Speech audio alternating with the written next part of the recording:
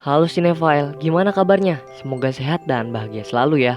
Pada kesempatan kali ini, Movie Rastis mau ceritain alur film animasi lagi nih, yang berjudul Big Hero 6.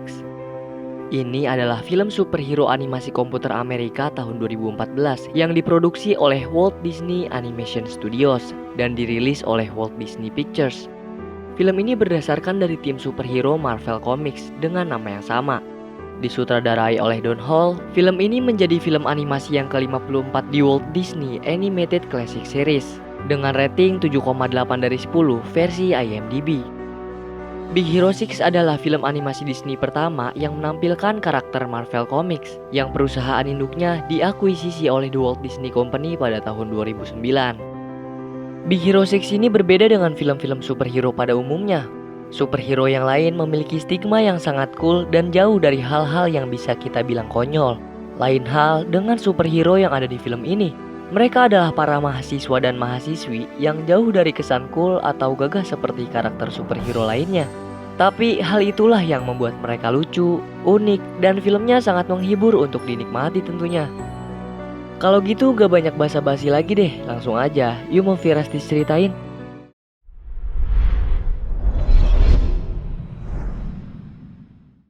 San Francisco adalah sebuah kota yang sangat besar. Di dekat pelabuhan ada sebuah pertunjukan pertarungan robot ilegal dan salah satu petarungnya bernama Hiro Hamada. Ia bertarung dengan menggunakan robot buatannya sendiri yang ia namakan dengan Megabot.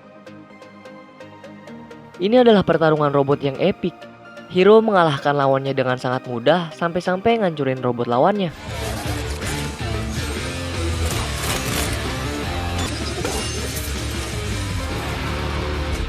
Nah, karena lawannya tidak terima dengan kekalahan, mereka ingin menghajar Hiro. Tapi beruntungnya sang kakak Tadashi Hamada berhasil menyelamatkan Hiro. Tadashi sangat menyayangkan kecerdasan Hiro yang telah lulus SMA di umur 13 tahun, tapi malah ikut-ikutan pertarungan robot ilegal. Sialnya, Tadashi dan Hiro juga dikepung polisi dan tertangkap juga sempat dipenjara. Tadashi dan Hiro tinggal bersama bibinya di sebuah kafe milik pribadi. Di sana Tadashi masih menyayangkan kepintaran yang dimiliki Hiro tidak berguna untuk dirinya. Kemudian Tadashi pun membawa Hiro untuk pergi ke lab miliknya yang berada di Institut Teknologi San Francisco. Di dalam lab, Hiro bertemu dengan Gogo, Wasabi, Honey Lemon, dan juga Fred. Mereka ahli dalam bidangnya masing-masing. Sedangkan Tadashi, ia membuat sebuah robot perawat yang akan menjadi pendamping kesehatan pribadi untuk Hiro bernama Baymax. Baymax akan bereaksi pada kebutuhan medis ketika dia mendengar kata "Au", dan harapannya robot itu akan menolong banyak orang nanti. Di sana mereka juga bertemu dengan Robert Callahan. Dia yang menciptakan servo magnetik yang ada pada robot milik Hiro. Hiro pun sangat terinspirasi oleh beliau dan itu membuatnya sangat semangat untuk masuk ke kampus tersebut. Kebetulan tiap tahun di kampus tersebut akan diadakan pameran karya mahasiswa dan Hiro harus membuat Callahan kagum dengan karya hebat yang ia buat. Keinginan Hiro untuk tidak melanjutkan pendidikan sudah berubah. Ia sekarang sudah sangat terobsesi ingin masuk ke kampus tersebut. Siang berganti malam, Hiro dibantu Tadashi dan teman-temannya sedang membuat sesuatu yang menakjubkan. Hari ini adalah hari penentuan. Dia menunjukkan penemuannya di depan Callahan. Dan penemuannya tersebut adalah sekumpulan mikrobot yang bisa dikendalikan dengan pemancar syaraf yang ditaruh di kepala. Mikrobot bisa melakukan apapun yang diperintahkan dan penggunanya juga tidak terbatas selama si pengguna tersebut memiliki imajinasi yang tinggi. Dan selama pengguna bisa memikirkannya, maka mikrobot pasti bisa melakukannya juga. Teknologi yang dibuat Hiro membuat terkesan semua orang. Tidak hanya Callahan, Alistair Gray, CEO dari perusahaan Crytek, menginginkan Hiro dan mikrobotnya bekerja untuk dia. Tapi Hiro lebih memilih untuk masuk kampus daripada menjual ciptaannya ke Crytek. Setelah pertunjukan teknologi selesai, alarm kebakaran berbunyi dan api sudah menjalar ke seluruh gedung. Tadashi yang tahu kalau Callahan masih di dalam mencoba untuk menyelamatkannya. Namun, kejadian itulah akhir pertemuan Hiro dan Tadashi. Semua berduka atas kepergian Callahan dan Tadashi. Terutama Hiro, dia terlihat begitu kehilangan seorang kakak yang banyak memberi dukungan dan inspirasi untuk dirinya. Sudah berminggu-minggu setelah kejadian tersebut, masih belum membuat Hiro mau turun dari kamarnya. Sampai teman-temannya yang di kampus mengirim pesan video agar Hiro bisa berkumpul bersama mereka. Nah, kebetulan kaki Hiro tersandung dan berkata "Au", dan hal itu memicu aktifnya Baymax. Hiro nggak tahu kalau Baymax masih aktif. Setelah dianalisa, Baymax tahu kalau perasaan Hiro sekarang lagi sedih, tapi Hiro tidak mengakuinya. Kemudian Hiro menemukan sisa mikrobot ciptaannya yang masih bergerak dan seperti menuju ke suatu tempat. Kemudian Baymax menolong Hiro karena menurutnya itu akan menenangkan suasana hati Hiro. Nah, si Baymax ini main pergi gitu aja, jadi auto dikejar dong sama Hiro.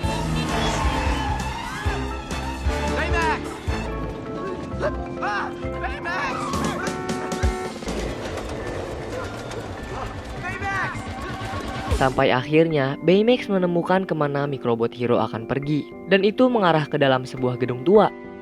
Dengan bantuan Baymax, Hiro menelusuri gudang tersebut. Di dalam sana tuh ada sebuah mesin yang sedang memproduksi ulang para mikrobot, dan ada seseorang dengan topeng kabuki yang mengendalikan mikrobot tersebut. Menyadari hal itu, Baymax dan Hiro pun kabur.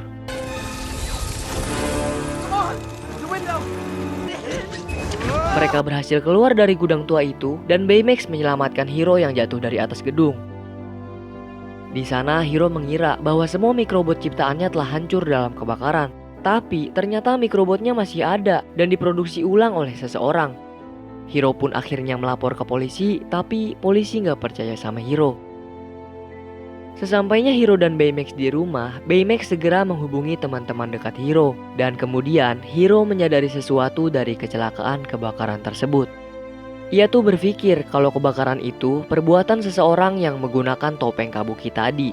Dia sengaja membuat kejadian kebakaran untuk menutupi jejaknya. Dan dialah orang yang bertanggung jawab atas kematian Tadashi. Hiro pun sangat ingin menangkap orang itu. Nah, untuk menangkap topeng kabuki itu, Baymax butuh beberapa perubahan. Hiro membuat kostum dan memasukkan data untuk menghancurkan ke dalam tubuh Baymax agar Baymax bisa bertarung.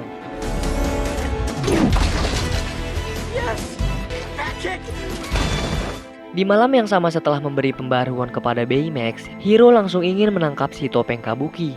Tapi dia sudah tidak ada di gudang tua. Saat Hiro melakukan pengejaran topeng kabuki, dia bertemu dengan teman-temannya di sebuah dermaga.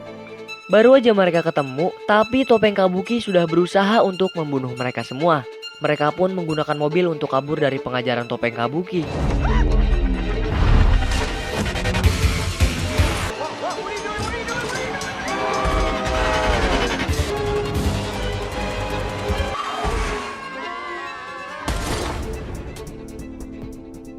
Setelah mereka semua berhasil kabur dari topeng kabuki, sekarang mereka pergi ke rumah Fred. Itu adalah rumah yang sangat besar, tidak seperti dirinya yang terlihat kotor. Di sana, mereka membahas siapa orang di balik topeng kabuki itu. Beruntungnya Baymax berhasil memindai seseorang di balik topeng kabuki tadi, karena emang pada dasarnya dia diprogram untuk memeriksa kebutuhan kesehatan orang lain. Dengan memperbaharui sensor yang ada di Baymax, Hiro akan memindai seluruh orang yang ada di kota. Dan jika ingin menangkap topeng kabuki, mereka juga harus melakukan pembaharuan karena mereka bisa menjadi hal yang lebih dari saat ini. Mereka akan menjadi superhero. Masing-masing dari mereka memiliki kekuatan dan kostum yang berbeda-beda. Gogo dengan kecepatan, Honey Lemon melempar bola lengket, Fred menyemburkan api, dan Wasabi dengan alat pemotongnya. Sedangkan Hiro satu paket dengan Baymax. Mereka menggunakan kostum couple yang bisa terbang.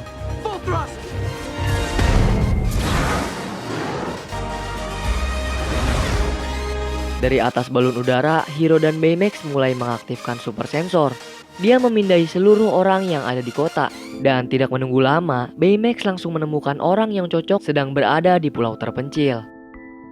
Mereka segera menuju ke sana, dan itu adalah pendaratan pertama mereka sebagai tim superhero di sebuah pulau karantina. Setelah ditelusuri, pulau tersebut memiliki sebuah tempat dengan lorong yang panjang. Salah satu pintu di lorong tersebut adalah sebuah tempat penelitian transportasi materi secara langsung melalui ruang. Dan orang yang memiliki penelitian tersebut adalah Alistair Gray. Dari dalam rekaman CCTV yang tersimpan, terlihat bahwa Gray sedang menguji transportasi ruang tersebut ke manusia. Dan orang itu adalah Abigail. Namun, karena ada sebuah kesalahan dan kerusakan pada medan transportasi, membuat mesin portal jadi meledak, dan Abigail terjebak di dalam ruang portal tersebut. Sebab itulah, pemerintah menutup dan mengkarantina pulau tersebut juga menghentikan eksperimennya Gray. Nah, di sini mereka mengira bahwa topeng kabuki itu adalah Gray yang mencuri mikrobot milik Hiro untuk mengambil mesin portalnya kembali. Gak lama kemudian, aksi mereka diketahui oleh topeng kabuki. Mereka harus mengambil pemancar yang mengendalikan mikrobot, dan pemancar itu ada di balik topeng kabuki tersebut. Mereka tidak punya rencana, tujuan mereka hanya mengambil topeng kabuki agar orang di balik topeng itu tidak bisa mengendalikan mikrobotnya lagi. Hingga pertarungan pun dimulai, masing-masing dari mereka menunjukkan kekuatan dari kostum superhero yang mereka pakai.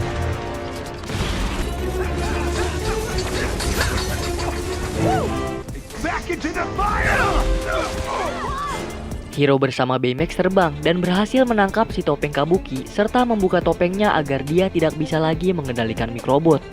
Namun, kenyataannya begitu pahit. Orang yang berada di balik topeng tersebut adalah Profesor Callaghan yang merupakan dosen dan orang yang sangat dekat dengan Tadashi Hamada.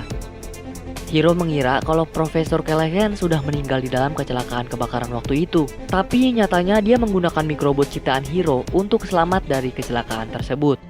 Hiro begitu marah, dia murka karena Callaghan penyebab dari kematian Tadashi. Kemudian chip milik Tadashi yang ada di dalam tubuh Baymax dikeluarkan oleh Hiro karena dia ingin menghancurkan Callaghan. Gogo, Wasabi, dan Fred mencoba menghentikan Baymax, tapi itu tidak berhasil. Beruntungnya Honey Lemon kembali mengambil dan memasukkan chip Tadashi ke dalam tubuh Baymax, lalu menghentikan program penghancurannya. Callaghan pun berhasil kabur dengan mengambil kembali topeng kabuki dan mengendalikan mikrobot. Teman-temannya Hiro berkata kalau Baymax diprogram oleh Tadashi untuk menolong, bukan untuk membunuh. Dan rencana awal mereka hanya menangkap topeng kabuki, tidak lebih. Kemudian Hiro dan Baymax pergi meninggalkan mereka untuk memperbaiki sensor Baymax yang sudah rusak. Saat Hiro mencoba mengeluarkan chip yang Tadashi buat, Baymax menunjukkan video eksperimen yang menunjukkan setelah berkali-kali gagal, Tadashi tidak pernah menyerah. Karena emang tujuan awalnya Baymax akan menjadi penolong banyak orang, terutama untuk adiknya sendiri, Hiro Hamada.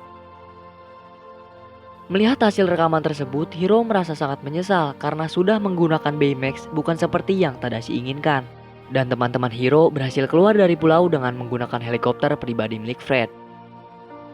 Di sini mereka semua mengerti apa yang Hiro rasakan, tapi tentu bukan seperti itu caranya. Mereka hanya cukup untuk menangkap Callaghan dan tidak menyakitinya. Honey Lemon membawa soft copy hasil rekaman CCTV dari tempat eksperimen Gray. Di sana semua terungkap bahwa pilot yang menjadi bahan percobaan mesin portal adalah Abigail, putrinya Callaghan. Callaghan menyalahkan Gray atas kecelakaan dari eksperimennya yang menyebabkan putri Callaghan menjadi korban. Dan dia ingin balas dendam ke Gray. Keesokan harinya, tepat di saat Gray melakukan launching markas Crytek yang baru ia bangun, Callaghan muncul dan menuntut apa yang sudah terjadi pada putrinya. Callaghan membawa potongan mesin portal dan memasangnya tepat di atas markas Crytek. Dia ingin merenggut semua yang sudah dibangun oleh Gray agar dia merasakan semua yang sudah ia bangun menghilang. Di saat itu pula, Hiro dan teman-temannya tiba. Mereka membujuk agar Callaghan tidak melakukan hal tersebut karena itu tidak akan mengubah apapun.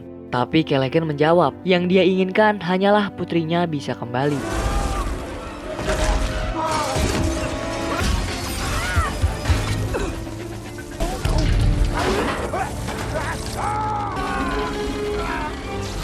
Callaghan terlalu kuat dan mereka hampir kalah.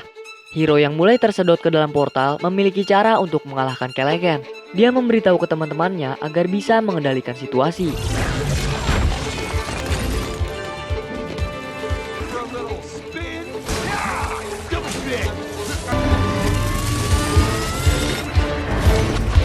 Baymax berhasil keluar dari jeratan mikrobot. Hiro memiliki rencana baru. Mereka hanya perlu menghancurkan semua mikrobot dan membuatnya tersedot ke dalam portal.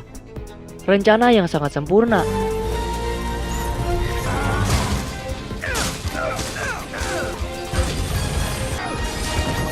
Banyak dari mikrobot yang tersedot ke dalam portal dan Callaghan sekarang sudah kehabisan mikrobot yang dia kendalikan. Looks like you're out of microbots. Hiro bersama Baymax berhasil merebut topeng Kabuki dari Callaghan dan menghancurkan pengendali mikrobot. Oleh sebab itu, mikrobot yang menjadi tiang penyangga hancur dan jatuh ke tanah. Tapi keadaan belum berubah. Mesin portal masih aktif dan terus menyedot segala sesuatu yang ada di sekitarnya. Tidak ada yang bisa mereka lakukan karena penahan medan magnetnya rusak. Jadi mereka cuma bisa nungguin sampai mesin portalnya hancur dengan sendirinya. Di saat yang sama, sensor Baymax mendeteksi bahwa masih ada kehidupan dari dalam portal tersebut. Dan itu tanda kehidupan dari seorang wanita yang sepertinya dia sedang dalam tidur panjang. Hiro tahu nih kalau itu pasti adalah Abigail, putrinya Callaghan. Ternyata dia masih hidup di dalam sana. Biarpun portal itu sangat tidak stabil, Hiro tetap ingin menyelamatkan Abigail karena dia masih hidup dan seseorang harus menyelamatkannya. Dengan sangat berani, Hiro dan Baymax masuk ke dalam portal tersebut. Di sana mereka harus berhati-hati dengan puing-puing dari markas Crytek. Baymax sudah menemukan lokasi kapsul yang digunakan Abigail saat memasuki mesin portal. Mereka pun harus cepat sebelum pintu mesin portal tertutup. Dengan membawa terbang kapsul, Hiro menjadi penunjuk arah terbang Baymax. Tapi di saat pintu keluar portal sudah di depan mereka, sebuah puing bangunan hampir menghantam Hiro. Dan lagi-lagi Baymax menyelamatkan Hiro dari hantaman puing tersebut. Hal itu pun membuat baju terbang Baymax hancur. Di waktu yang bersamaan, pintu mesin portal sudah bergetar dan mulai hancur. Ditambah mesin pendorong yang ada di kaki Baymax mati, jadi dia tidak bisa lagi terbang keluar. Hiro gak mau meninggalkan Baymax sendiri di dalam portal. Hiro juga gak bisa buat kehilangan Baymax. Tapi Hiro harus keluar. Baymax cuma robot kesehatan, jadi dia tidak ingin Hiro terluka. Hanya kesehatan dan keselamatan Hiro lah yang sangat penting untuk Baymax. Waktu sudah tidak ada. Hiro harus membuat keputusan dan berkata, "Aku puas dengan perawatanku." Dengan menggunakan jet pendorong yang ada di lengan Baymax, Hiro berhasil keluar bersama kapsul Abigail. Dan saat Hiro keluar dari mesin portal, mesin itu juga hancur. Abigail masih hidup. Dia berhasil diselamatkan dan dibawa ke rumah sakit. Tapi Profesor Callaghan harus menebus semua perbuatannya di dalam penjara. Hal ini adalah bencana yang besar, namun Hiro dan teman-temannya tidak menginginkan diekspos ke publik. Biarpun mereka sudah menghentikan bencana yang besar itu. Mereka semua sudah dianggap sebagai superhero oleh para penduduk San Francisco. Hari-hari berjalan kembali seperti biasa. Hiro sudah menjadi mahasiswa di Institut Teknologi San Francisco. Ia juga masih menyimpan lengan Baymax yang menyelamatkannya dari mesin portal. Dan ternyata nih, dari dalam genggaman lengan tersebut ada chip buatan Tadashi, yang mana di dalam chip itu tersimpan semua kenangan Tadashi dan kenangan mereka berdua. Baymax pun kembali hidup dengan menggunakan ingatan lamanya.